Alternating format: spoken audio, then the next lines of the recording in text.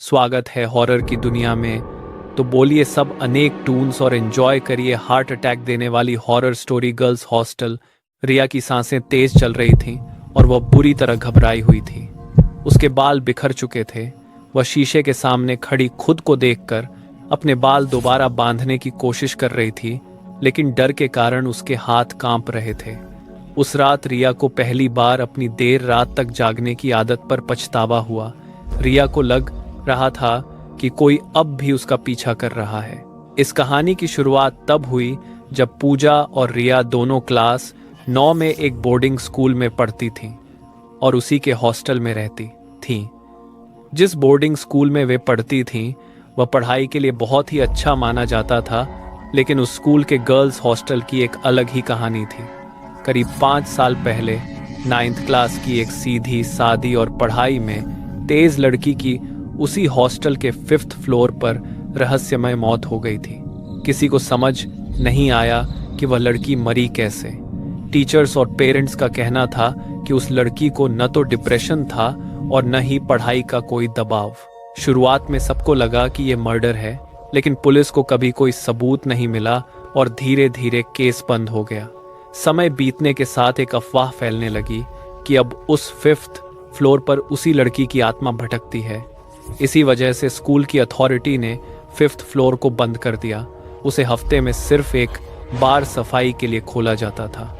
उस घटना के लगभग 5 साल बाद रिया और पूजा उसी हॉस्टल के एक कमरे में साथ रहने लगी। दोनों का रूटीन बिल्कुल तय था। रिया पूरी रात जागकर पढ़ाई करती थी और सुबह 7 बजे पूजा को उठाकर सो जाती थी। फिर पूजा नाश्ते के समय तक पढ़ती रहती थी। पूजा चश्मा लगाती थी और उसके हाथ में उसकी माँ का दिया हुआ काला धागा हमेशा बंधा रहता था। 5th फ्लोर की कहानियों पर बाकी लड़कियों की तरह वे भी ज्यादा विश्वास नहीं करती थीं, लेकिन फिर भी कोई वहां जाने की हिम्मत नहीं करता था। लेकिन 10 दिसंबर की रात कुछ ऐसा हुआ जिसकी पूजा को कोई खबर भी नहीं थी। उस रात रिया हमेशा की तरह 12:30 बजे कमरे में बैठकर पढ़ रही थी और पूजा दूसरी तरफ करवट लेकर सो रही थी। अचानक रिया का गला सूखने लगा। वह उठकर हॉल में कॉफी बनाने चली गई। पूरा हॉल बिल्कुल शांत था। ज्यादातर लड़कियां सो चुकी थीं। वहां सिर्फ कॉफी मशीन की गड़गड़ाहट सुनाई दे रही थी। जब रिया ने मशीन बंद की तो फिर से सन्नाटा छा गया। रिया कॉफी का मग लेकर पीछे मुड़ी तो अचानक चौंक गई और उसके हाथ से थोड़ी कॉफी छलक गई। उसने देखा कि पूजा उसके पीछे खड़ी है। अंधेरा ज्यादा होने की वजह से रिया को उसका आधा चेहरा ही दिख रहा था। उस रात पूजा कुछ अलग लग रही थी। उसने चश्मा नहीं पहना था और उसके हाथ में वह काला धागा भी नहीं था। रिया ने हैरानी से पूछा कि वह इतनी जल्दी क्यों जाग गई। जवाब में पूजा ने धीरे से कहा, क्यों ना हम दोनों 5th फ्लोर की बालकनी पर चलें। यह सुनकर रिया की आंखें फैल गईं और उसके चेहरे पर हल्की शरारती मुस्कान आ गई। इससे पहले कि वह कुछ कहती, पूजा ने उसका हाथ पकड़ा और उसे ऊपर सीढ़ियों की तरफ ले जाने लगी। जब वे दोनों सीढ़ियां चढ़ रही थीं, तो सिर्फ रिया की चप्पल की आवाज आ रही थी। उसने ध्यान दिया कि पूजा ने चप्पल भी नहीं पहनी थी। उस रात अजीब बात यह थी कि 5th फ्लोर का दरवाजा खुला हुआ था। दोनों धीरे धीरे उस फ्लोर पर पहुंच गईं। वे इधर उधर देखने लगीं और कुछ देर बाद एक कमरे के सामने जाकर रुक गईं।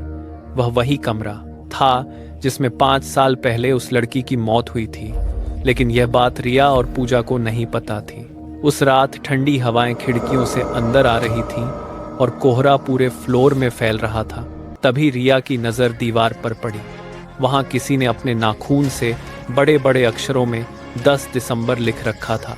दोनों बालकनी में जाकर नीचे देखने लगी। पूजा काफी देर से चुप थी।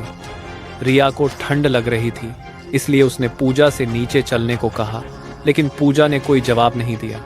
रिया ने फिर से उसे पुकारा। इस बार पूजा ने धीरे धीरे उसकी तरफ मुड़कर उसकी आंखों में देखा। रिया के तो जैसे होश उड़ गए। पूजा की आंखें पूरी सफेद हो चुकी थीं। वह बहुत धीमी आवाज में बोली, जंप। रिया समझ नहीं पाई कि वह उसे नीचे कूदने के लिए क्यों कह रही है। कुछ ही सेकंड में पूजा की आवाज और भारी हो गई।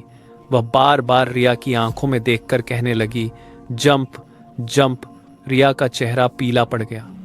उसके हाथ पैर जैसे जम गए थे। ऐसा लग रहा था जैसे वह हिप्नोटाइज हो रही हो। रिया धीरे धीरे अपने बाल खोलने लगी और हवा में उसके बाल लहराने लगे।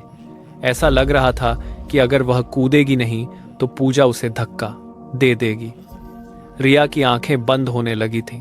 तभी अचानक नीचे वाले फ्लोर से धम की आवाज आई और रिया का ध्यान टूट गया।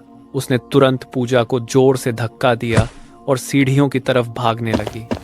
भागते समय उसे अपने पीछे एक डरावनी चीख सुनाई दी, लेकिन उसने पीछे मुड़कर नहीं देखा।